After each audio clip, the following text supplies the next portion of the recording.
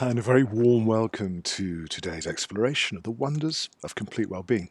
Let me start by just apologizing for the occasional problems we've had with the sound quality. I thought I'd dig out an old-fashioned microphone today and see if it can make a difference.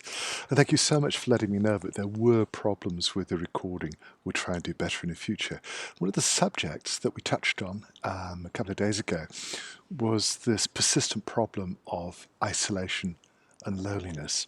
And I thought it might be a subject that we should return to, this time with proper sound quality. If you're curious about the weather, it's a beautiful -24, so I won't be out here for too long. I'm suitably fortified with coffee, but it is a beautiful morning. I hope you can feel the warmth of the sunshine despite the frigid temperatures. Let's talk about loneliness, because this is one of the pervasive problems that is surprisingly affecting huge numbers of people. And why is it surprising?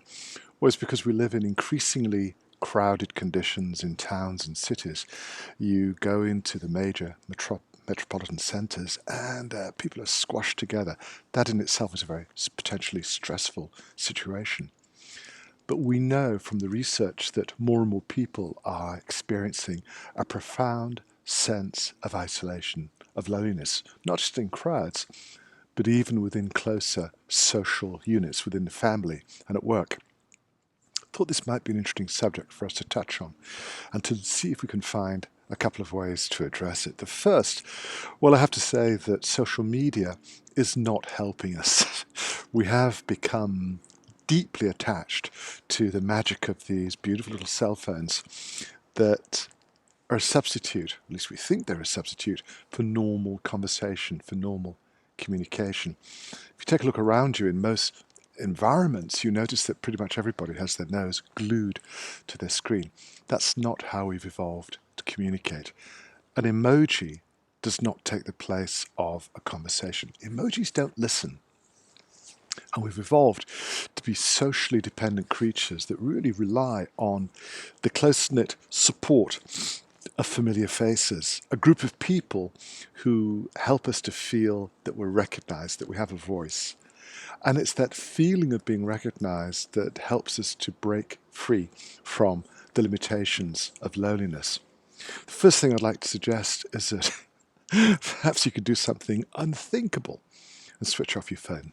They're brilliant devices, they're incredibly useful tools, but they shouldn't be dominating our lives. And if you can find the will to switch the phone off and break this addictive obsession with constantly pouring our focus into the distraction of social media, that's not a bad starting point. But what I'd really like to be able to do is to look up from your screen and make contact with somebody, to look at them, to smile, to establish some kind of rapport, whether it's somebody you know or a stranger. We are hardwired to respond to these signals, this level of communication. It's why it's so important for our health and well-being. A message is useful if it comes on your computer screen or on your phone, but it's not the same as having a real live human being making eye-to-eye contact and then listening to you, extending this simple gesture that we acknowledge their presence and that maybe we're willing to listen. Talking is a gift. Speech is a phenomenal gift. Let's begin to use it a little more often and more wisely, because it does help us to feel that we belong, that we're recognized, that we're part of a community. The other thing I'd like to suggest is perhaps a little strange, and that is that we learn to become more comfortable with our own company. So on the one hand, we definitely need other people, but I don't want us to look for people to fill a gap, a space in our hearts that really we should be filling ourselves. What do I mean? When you learn to be more comfortable with yourself, it's certainly much, much easier to endure the burden of your own company. When you feel more self-accepting, despite all of our faults and problems and foibles and histories, when you are more accepting of yourself, you're not desperate for company. You can learn to really appreciate other people, but it's not that desperate need to fill an impossible black hole in your own heart. Self-acceptance helps to deal with that. The curious thing is that when you learn to accept yourself more completely, without all those knee-jerk reactions and judgments, It's much easier to be comfortable around other people, to accept others.